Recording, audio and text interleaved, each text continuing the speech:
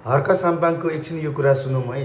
सबैभन्दा धेरै काम गर्ने कामी, सबैभन्दा गाह्रो है, आगोमा बसेर आगै तपाईँको चाहिँ कुटेर फलाउनु चाहिँ हतियार बनाउने एउटा कामीलाई घरभित्र पस्न नदिने समाज अझै चेन्ज भएको छैन आदरणीय दाजुभाइ दिदीबहिनीहरू।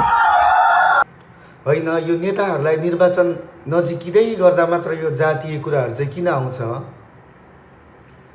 अरू बेला चाहिँ यो जातीय कुराहरू गर्न सक्दैन नेताहरूले। वास्तवमा हर्क साम्बाङज्यू, तपाईँलाई जनताले तपाईँको संविधानको सिद्धान्तअनुसार चाहिँ मन पराएका हुन्। तपाईँ यो नाना थरी कुराहरू नगर्नुहोस्, जातीय कुराहरू।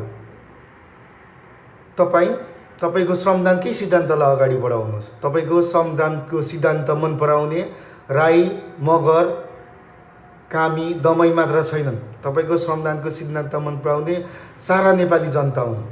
त्यही भएर तपाईँले यही सिद्धान्तलाई अगाडि बढाउनु होला।